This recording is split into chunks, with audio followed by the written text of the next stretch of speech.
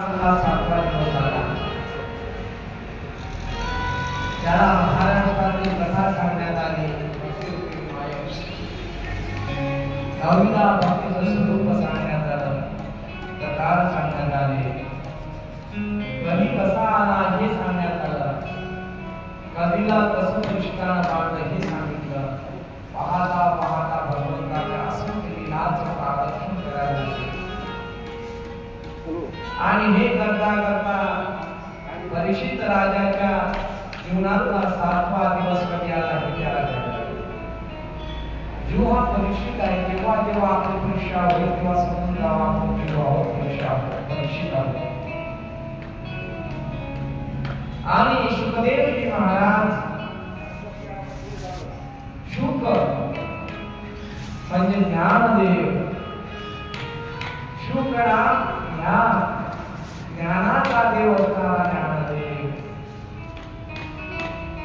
आणि आपण एकत्रही त्यांच्या निमित्तानं झालो आहे.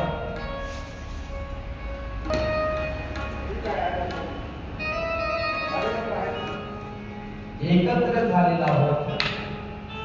750 वर्ष पूर्ण झाले भावनेच्या संजीवनी समाजात. आणि आज विद्यंत आपला हा कार्यक्रम आहे. या कथेचे मुख्य यजमान प्रमुखतः ही जी कथा होऊन राहिली श्री हरिभक्तपरायण सवई काकांनी होऊन राहिली. त्यांची जर तारीख रद्द झाली नसती तर ही तारीख आपल्याला मिळाली नसती. एका त्यांच्या नावाची तारीख होती.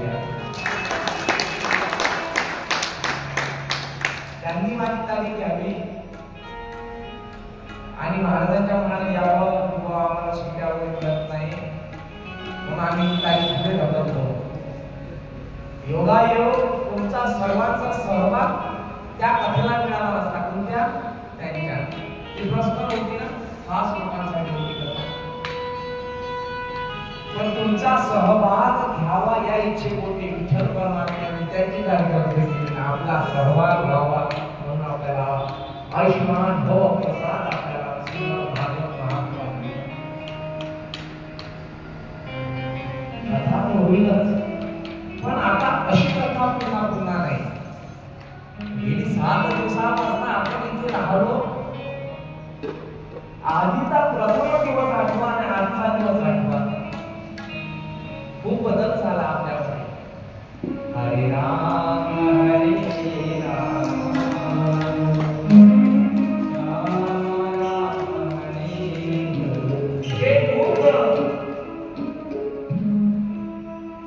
रमत होतं ईश्वर भक्तीमध्ये ते रमायला लागलं. जे शरीर व्याधीनं त्रस्त झालेलं होतं ते व्याधीमुक्त व्हायला लागलं. पंढरीनाथाच्या दर्शनाकरिता एक नाही 2-2, 3-3 दर्शन तुम्ही केलेले सद्भाविक आहात. एका तुमच्याही नावाची गाडी असेल.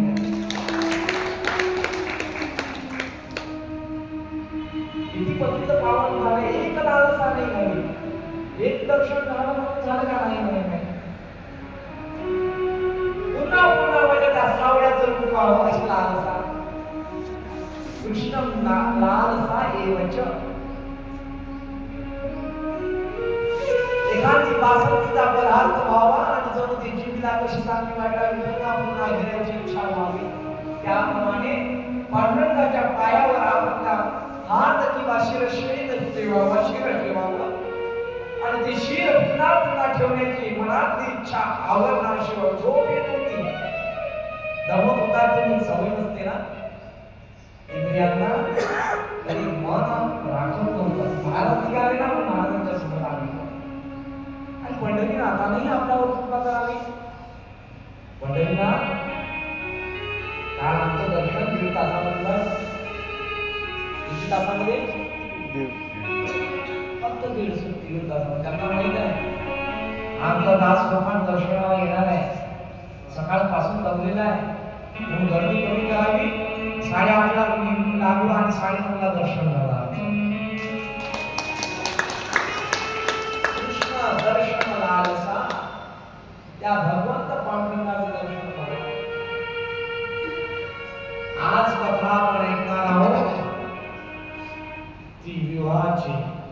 आज कथा ऐकणार आहोत कंसाच्या वधाची, आज कथा ऐकणार आहोत गुरुकुल शिष्याची परंपरा कशी असते ती, आणि भागवत महापुराणातली शेवटची कथा आहे, भागवत श्रीमद भागवतातली कथा आहे सुदाम ब्राह्मणाची. स्वरूप आहे तिचं स्वरूप देणारी ती कथा आहे, ती आपल्यासमोर प्रस्तुत होते आहे. फक्त अंतःकरण मोकळं ठेवा, झोप आज येऊ देऊ नका. त्या डोळ्याला म्हणा आज येऊ नको, आज तू आम्हाला झोपवशील तर आम्ही झोपलेच राहू. 7 दिवसाचं श्रवण आजच्या कथेमध्ये होईल. त्यांनी ऐकण्याची ऐकलं नसेल 7 दिवसामध्ये, बसल्या बसल्या घोराचं काम केलं असं नाही का काही. त्यांनी आज प्रण घ्या, आज अजिबात मी माझा डोळा लागू देणार. हे डोळा तेरे नयन में हमंजन भरने वाले पंजन है ज्ञानेश्वर का, ज्ञानदेव का. आज तुला ऐकावं लागेल, गाण्याला म्हणालो गाण्यांचा आवाज जर येत आहे ना तुला ऐकावं लागेल. आजची कथा प्रमुख आहे, सर्व दिवसांचा सार या कथेमध्ये येतो आहे. कृष्ण लीला आहे, कृष्ण लीला आहे. आजच्या कथेमध्ये आपण भगवंताच्या असंख्य लीला पाहायला.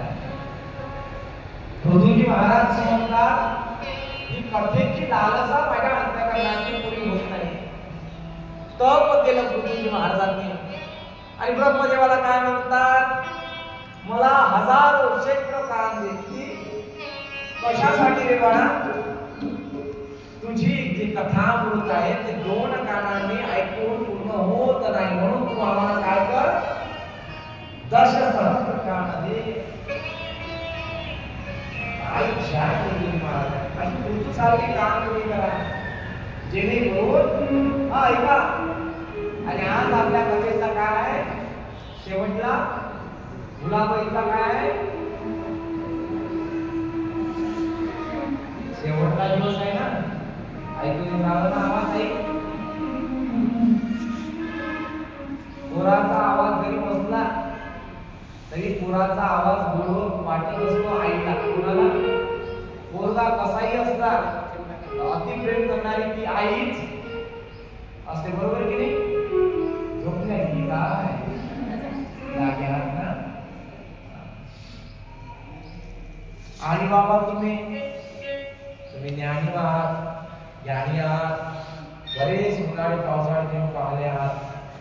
या काही वावणे बरेचसे भागवत ऐकले, बरेचसे कथा ऐकले, पण बालपणी 7 दिवसामध्ये तुम्ही मला श्रवण केलं तेव्हा फक्त एक विनंती करेल, धन्यवाद निर्विवाद दशराम